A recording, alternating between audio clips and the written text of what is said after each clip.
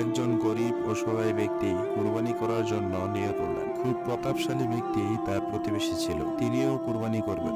দুজনেই বাজারে গেলেন কুরবানির পশু কিনতে। সেই গরিব লোকটি তার সামর্থ্য অনুযায়ী একটি ছাগল কিনতে পেরে খুশি ও আল্লাহর কাছে শুকরিয়া আদায় করলেন। ধনাঢ্য ব্যক্তিটি বিশাল আকারের একটি ষাঁড় গরু ক্রয় করলেন। তারা দুজনেই পথিমধ্যে ছাগল ও গরু নিয়ে বাড়ির উদ্দেশ্যে রওনা করলেন। সেই ধনাঢ্য ব্যক্তিটি গরিব ছাগল ক্রয়কারীকে দেখে হাসতে থাকলেন আর তাকে তিরস্কার করতে লাগলেন। গরিব লোকটি আল্লাহর কাছে ধনবান ব্যক্তিটির জন্য হেদায়েত কামনা করলেন।